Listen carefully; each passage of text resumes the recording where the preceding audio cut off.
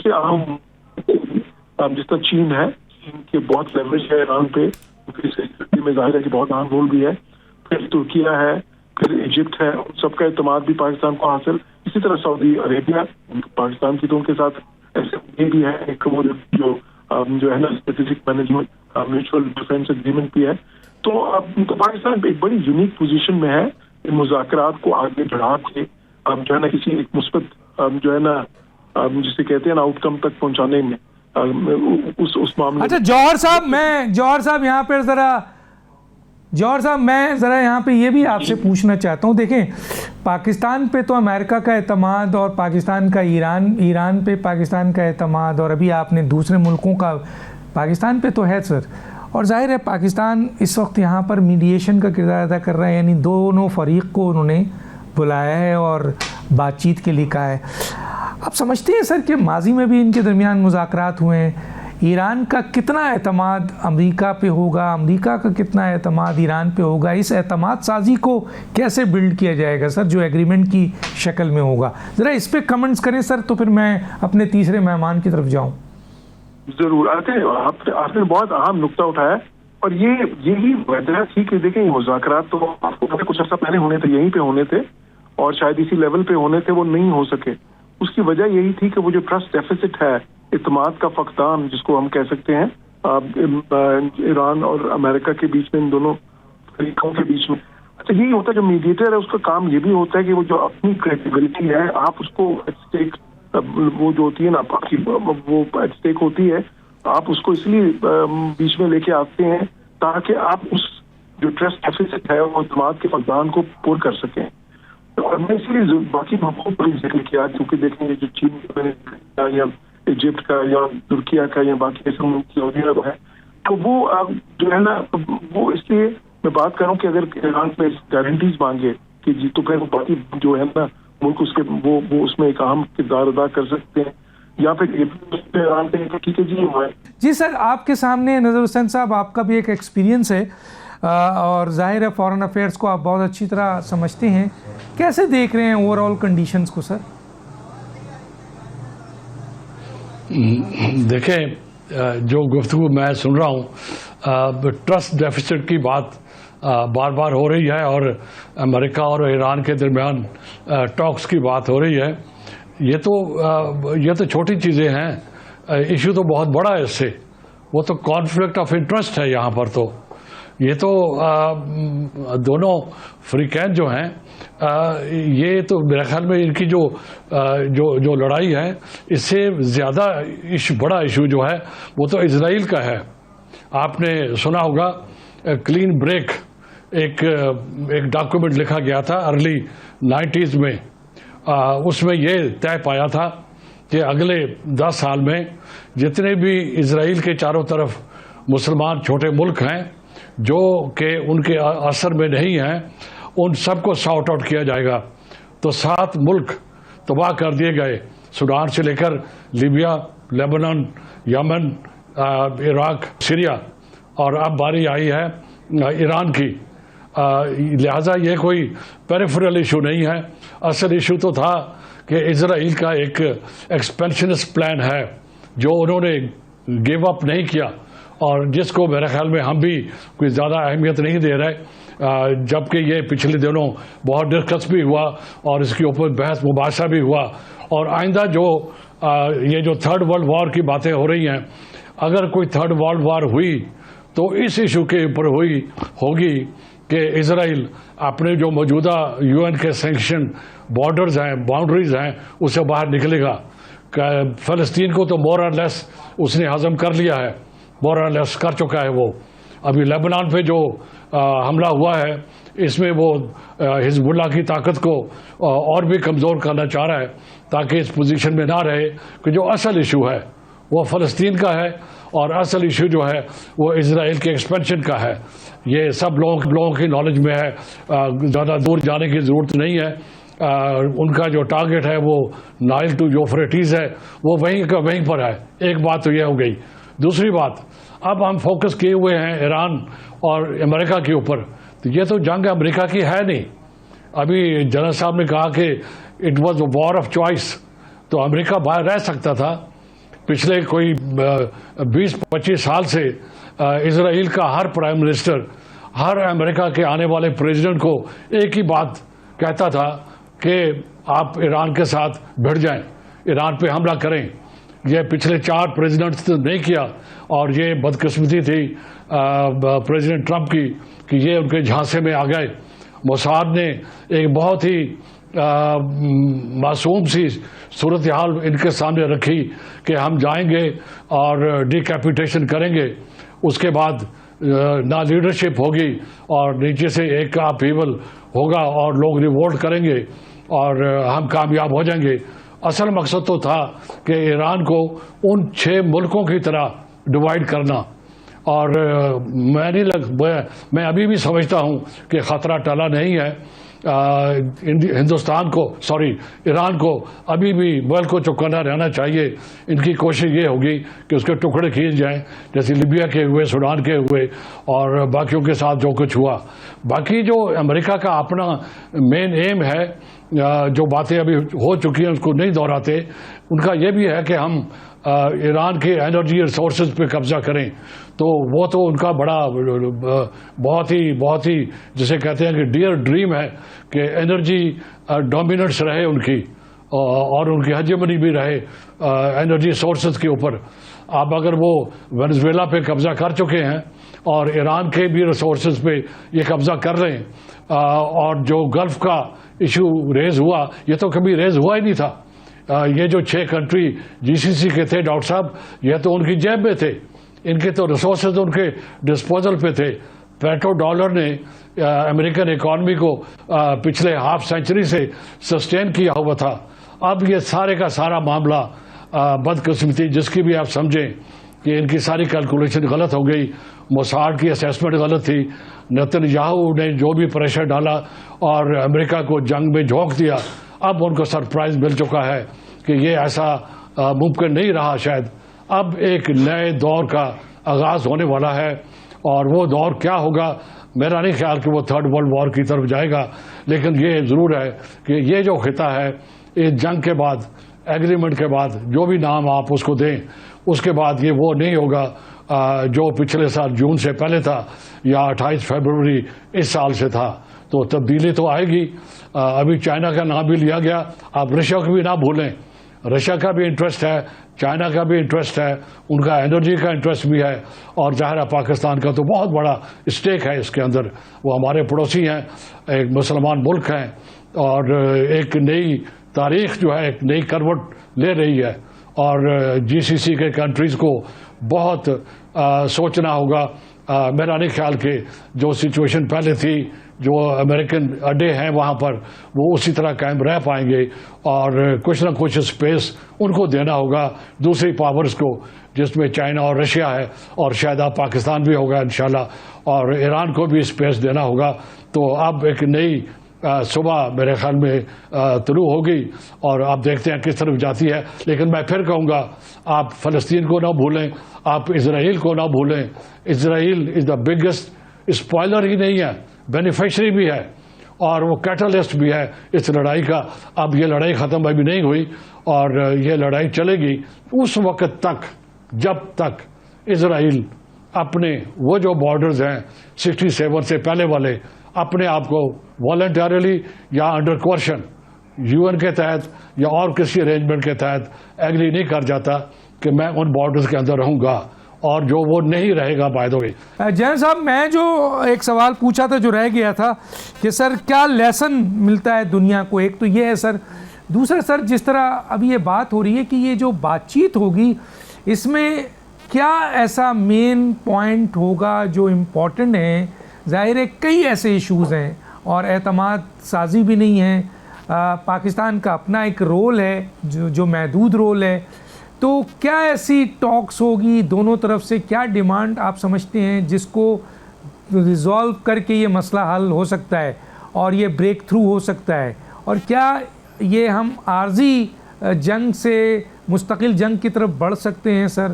اور پھر جو کہا جا رہا ہے کہ سر ورلڈ آرڈر اب چینج ہوگا، اب یہ امریکہ صرف سپر پاور نہیں رہا بلکہ کئی اور کنٹری، روس، چین، ایران، یہ بھی آگے بڑھیں گے, پاکستان کا بھی ایک رول ہوگا, خلیج ممالک کو بھی اب بہت ساری چیزوں میں اپنا پالیسی تبدیل کرنی پڑے گی. کیا کہتے ہیں سر؟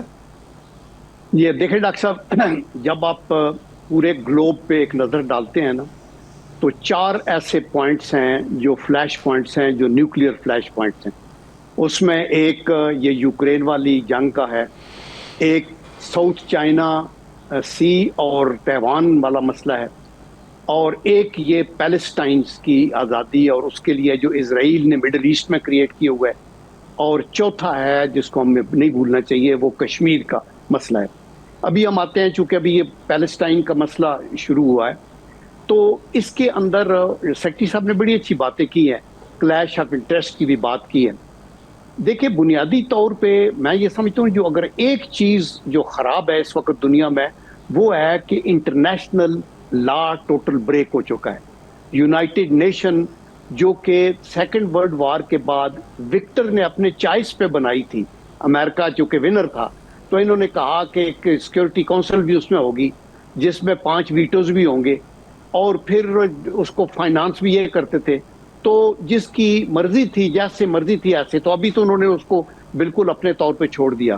نتن یاہو کو وار کرمنل ڈکلیئر کیا انٹرنیشنل کورٹ آف جسٹس نے, اور اس کو ریڈ کارپٹ ٹریٹمنٹ امریکہ میں ملتا رہا. تو دیر فور یہ بات صرف ڈائیلاگ کی نہیں ہے. دیکھیں قائد اعظم محمد علی جناح سے جب کسی نے پوچھا تھا نا 1947 میں کہ آپ کی فارن پالیسی کے بنیادی اصول کیا ہوں گے, تو انہوں نے جہاں یہ کہا کہ ہم سب سے دوستی چاہتے ہیں, اسپیشلی نیبرز اور سپر پاور, اور دین ہی سیڈ کہ ہم کسی کے خلاف ایگریشن نہیں کریں گے. تیسرا انہوں نے موسٹ امپارٹنٹ یہ کہا کہ جو ہے چارٹر یونائٹڈ نیشن کا, اس کو ہم ہمیشہ فالو کریں گے. اور چوتھا پوائنٹ ان کا یہ تھا کہ ہم اوپریسڈ اور سپریسڈ نیشنز کے ساتھ کھڑے ہوں گے, خصوصاً فلسطین کا جو ذکر ہوا. اور لاسٹ جو موسٹ امپارٹنٹ تھی بات جو ابھی نہیں فالو ہو رہی, وہ یہ تھی کہ انٹرنیشنل ریلیشنز میں ہم جو ہیں وہ آنیسٹی اینڈ فیئر پلے کو سامنے لے کے آئیں گے. آج کل کی یہ جو ڈپلومیسی اور پالیٹکس ہے, یہ جھوٹ کی ہے. آپ کین یو ٹرسٹ امریکہ یا نتن یاہو؟ امریکہ نے 2 دفعہ ڈائیلاگ کرتے ہوئے ان کو تیار کر کے ان کو چیٹ کیا, اور ادھر سے اپنی اسمبلی کرتے رہے, اور ان کے اوپر تو کون ان کے اوپر وہ اعتبار کرے گا؟ نمبر 2, نتن یاہو تو بے بہارا, وہ جو ہے نا اونٹ ہے, جدھر سے اس کا منہ آئے ادھر چلتا ہے, اور وہ ایکچولی امریکہ کی ایکسٹینشن ہے, امریکہ کے فنڈز پہ ہے, امریکہ کی ٹیکنالوجی ہے. اور وہ ایکسپینشن جیسے ابھی شیخ صاحب بتا رہے تھے کتنے ملکوں کو آگے, تو ابھی وہ گرینڈ جو اسرائیل کی بات ہے جس میں سعودی عربیہ میں مدینہ تک کا پورشن شامل کیا ہوا ہے. تو میں یہ کہتا ہوں کہ سیکنڈ ورلڈ وار میں ایک ہٹلر تھا تو ہوگی, اب 3 ہٹلر ہیں. آپ ٹرمپ سے شروع کریں, نتن یاہو اور مودی کے اوپر بھی آ جائیں, بیکاز ان کے کوئی یعنی انٹرنیشنل وہ جو نارمز ہیں, جو ایتھکس ہیں, جو abiding by the international law ہے, وہ کرنے کی کوئی بات نہیں ہے. ابھی آپ نے لیسن کی بات کی ہے, تو میں یہ سمجھتا ہوں کہ پہلا لیسن تو یہ ہے کہ جنگیں کوئی مسئلہ حل نہیں کرتی. پہلی جنگ عظیم کے بعد بھی آپ ٹیبل پہ آئے, لیگ آف نیشن بنی.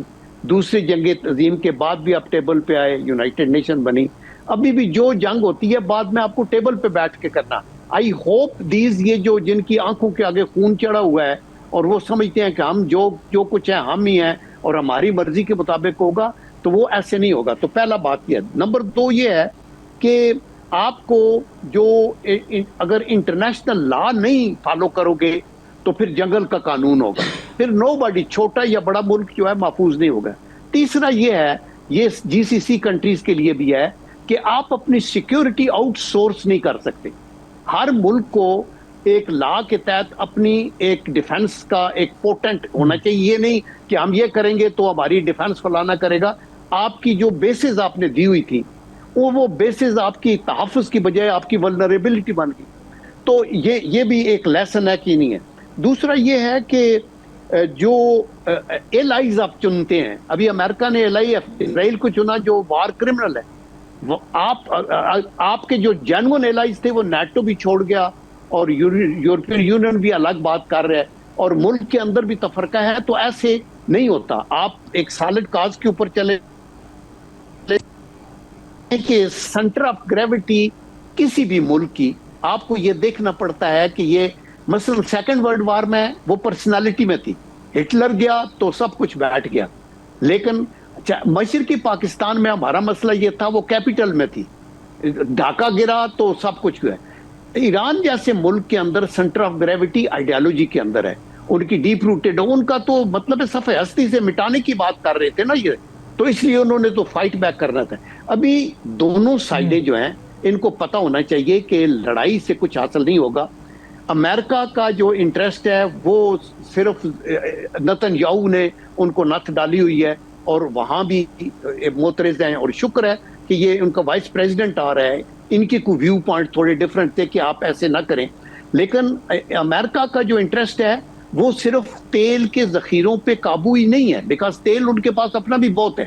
ان کا بڑا مقصد یہ ہے کہ تیل کو ڈینائی کیا جائے ٹو چائنا، جو ان کا مین حریف ہے، اور وہ ابھی اکنامکلی ان سے آگے نکل گیا ہے۔ اس لیے وہ کہتے ہیں وینزویلا سے لے رہا ہے وہ بھی ہم لے لیتے ہیں، ایران سے بھی یہ لے رہا تھا ادھر سے بھی ہم لے لیتے ہیں، تو یہ ڈینائی کر رہے ہیں بیکاز جتنی انڈسٹریل پروگرس چائنا کی ہو چکی ہے اور جس طرح ہوا ہے اس طرح کسی بھی۔ تو یہ دوسرا لاسٹ 2 اسمال پوائنٹس میں یہ کہتا ہوں کہ اس سٹیج کے اوپر ایک میری ریکمنڈیشن ہے مسلم یونٹی کی، کہ آپ یہ تفرقوں سے اوپر اٹھ کے ابھی ہمیں جوڑ دیا، ابھی فرقہ واریت کی بات بھی ختم ہو کے جڑ گئے مسلمان، اور دوسری ہمیں کوشش کرنی چاہیے کہ یونائٹڈ نیشن کی ری آرگنائزیشن ہو، اور یہ بھی زیادہ ڈیموکریٹک بنے، اور اس میں نمائندگی ہو افریقہ کانٹیننٹ کی بھی، ساؤتھ امریکہ کی بھی، مسلم بلاک کی بھی، اونلی دین یہ ورلڈ سٹیبل ہوگی، ادروائز پھر لڑائیاں جاری رہیں گی۔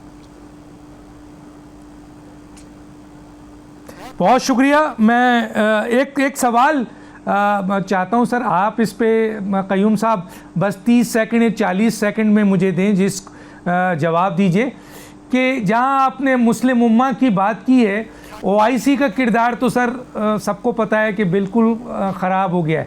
کیا یہ وقت ایسا نہیں ہے کہ جو اس وقت ملٹی پولر ورلڈ نظر آ رہا ہے، ورلڈ آرڈر چینج ہو رہا ہے، تو UN میں جو سلامتی کونسل ہے جس میں 15 ممالک ہیں، اس میں ایک اسلامی طاقت بھی شامل ہو جو ویٹو پوزیشن پہ ہو سر، اس کو بھی شامل کیا جائے؟ کہ ایسے حالات نہیں ہو گئے ہیں سر؟ اس پہ ذرا سر 30 سے 40 سیکنڈ سر آپ کے پاس ہے۔ دیکھیں شورلی میں یہ آپ کی بڑی جو میں بات کہہ رہا تھا آپ اسی کو کہہ رہے ہیں کہ مسلم بلاک کی representation United nation security council میں ہونی چاہیے، اور ہمارا ویٹو بھی ہونا چاہیے۔ اگر میں تو سمجھتا ہوں کہ ویٹو کسی کا بھی نہ ہو، بیکاز یہ ساری بات چیت جو ہے it must go on democratic norms.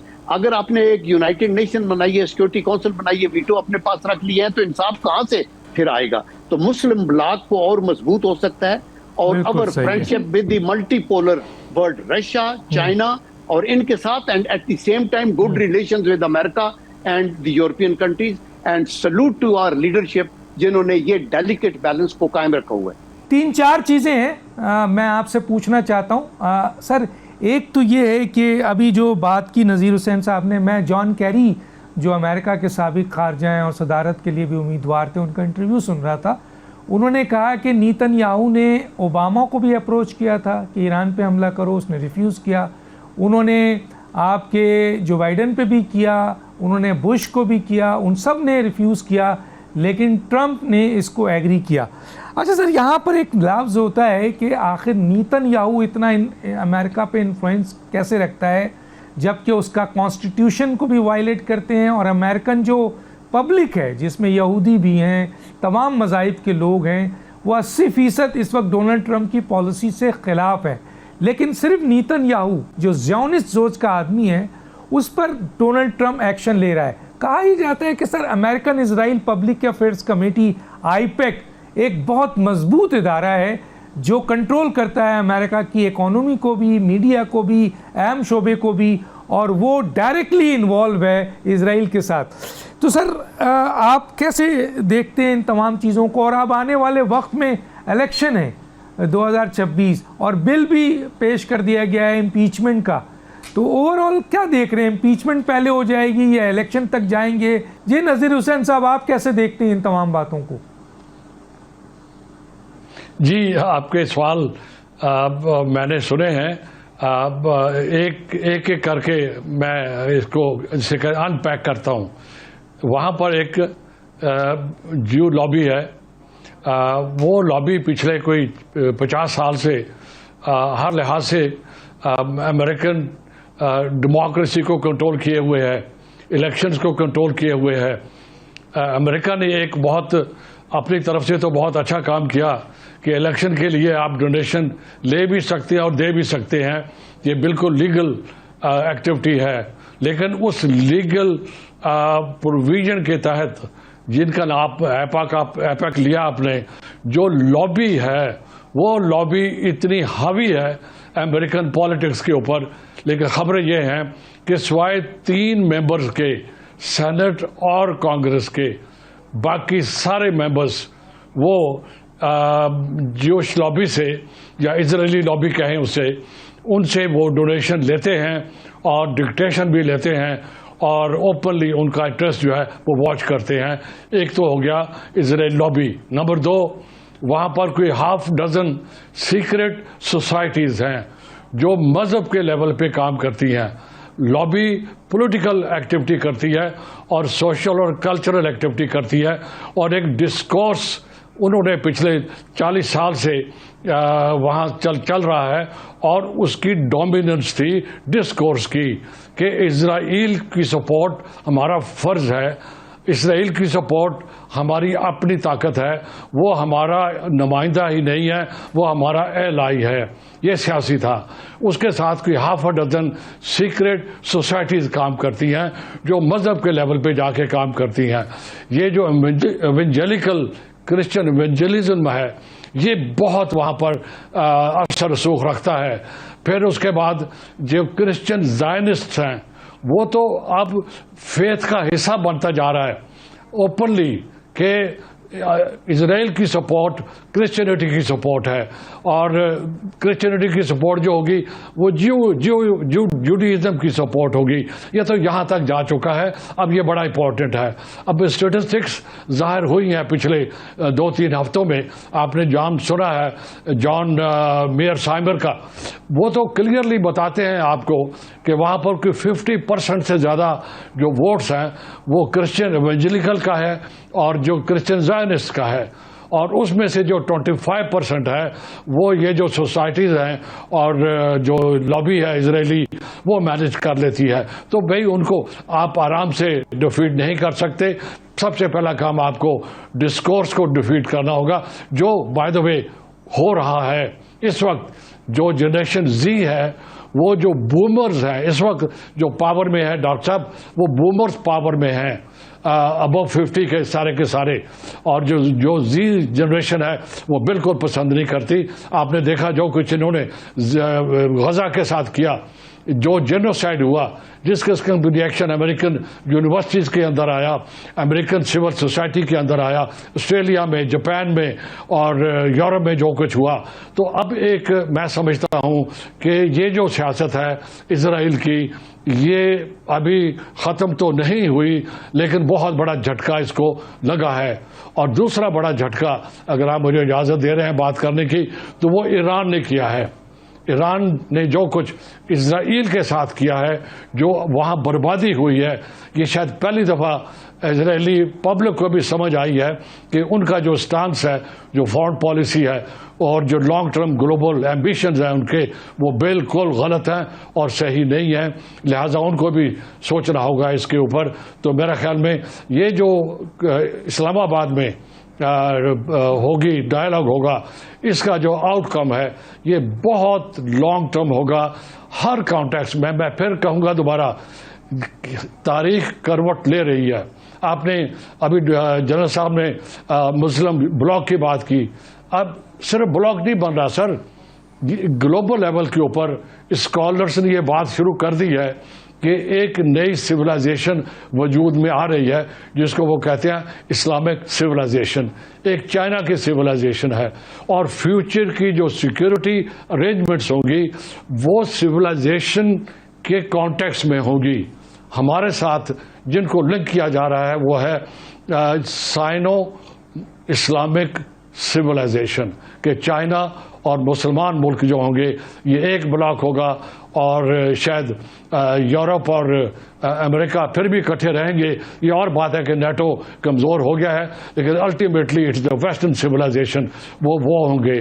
ابھی جنرل صاحب نے مودی کا نام لیا، تو یہ جو RSS ہے یہ بھی اپنے آپ کو ایک سویلائزیشنل اسٹیٹ کہلانے کی کوشش میں ہے.